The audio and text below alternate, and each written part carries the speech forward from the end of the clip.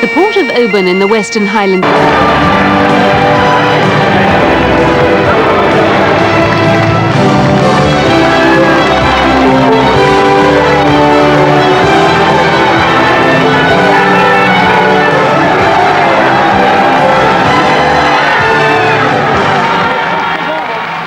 For the last 2 years, a peasant farmer's son from a small village near Pamplona in Spain has launched himself into the world sporting limelight by winning cycling's grandest prize.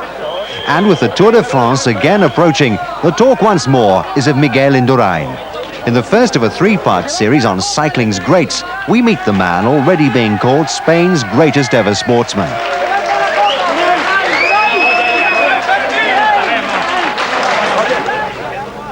The pattern has been reminiscent of the last 2 seasons. A quiet start and then suddenly peaking when it matters most.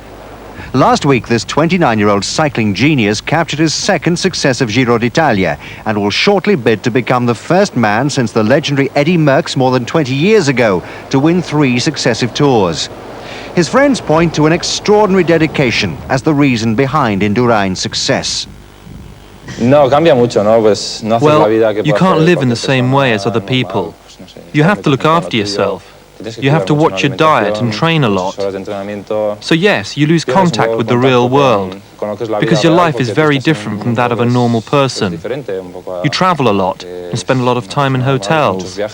You sacrifice a lot, so you don't live a normal life. There are both pros and cons. Miguel Indurain grew up in the small village of Viava in northern Spain with his parents and younger brother Prudencio. For his 10th birthday, his parents bought him a very heavy bicycle on which he won his first prize, a sandwich and a soft drink. His sports included 400 meters and distance running and the javelin, although most of the trophies at the family home were from cycling. And it was as a cyclist that he was to excel and become first the hero of his local community and then all of Spain. A leading dietitian once observed of Indurain that if he cut his weight from over 13 stone by about 12 pounds, then it could make the difference between a good cyclist and a champion. He did, and promptly won the Paris-Nice stage race in the spring of 1989, a victory he repeated in 1990. Eventually, he took over as #1 in the Banesto team from his hero Pedro Delgado. He and Machine were now one. Well, it's true that I like the bicycle. You spend a lot of time on it. Sometimes you even talk to the bike because you're always in contact with it and your success depends on it. But to call it a work of art is over the top. There are many beautiful works of art, but a bike is a tool of the trade that makes you suffer. Indurain was already a recognized climber going into the Tour 2 years ago. And on one unforgettable day on the climb to Val Laurent, he was to accede to the throne of other Spanish mountain kings, Bahamontes, Ocaña and Delgado. It was the day that reigning champion Greg LeMond lost his title after a fall, and the Tour found a new hero.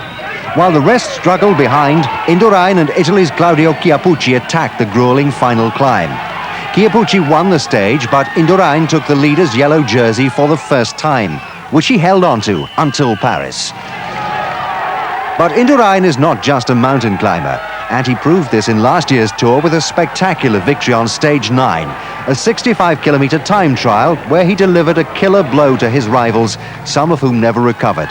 Indurain averaged nearly 31 miles per hour and finished 3 minutes ahead of anyone else. It was the springboard from which he launched his 2nd Tour triumph, taking the yellow jersey in the Alps and keeping it all the way to Paris.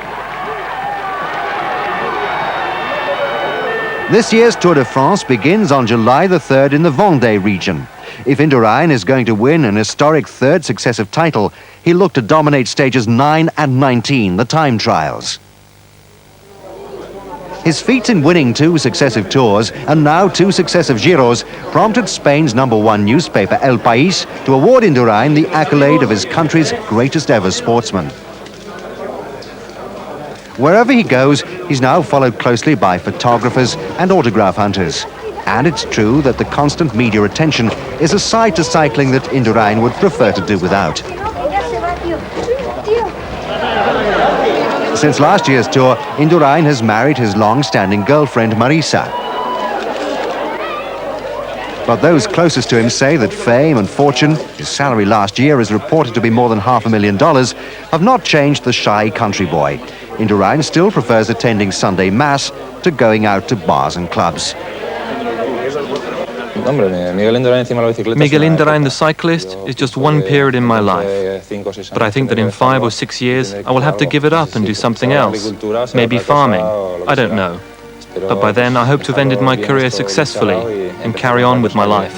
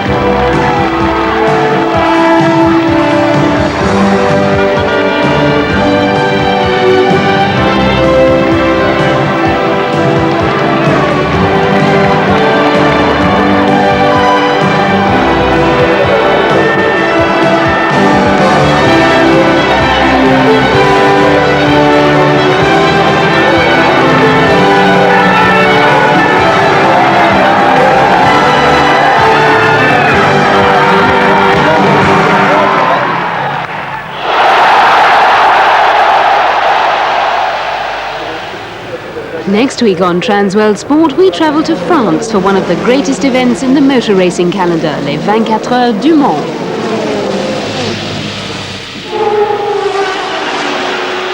And we attempt to unravel the enigma of soccer in Brazil.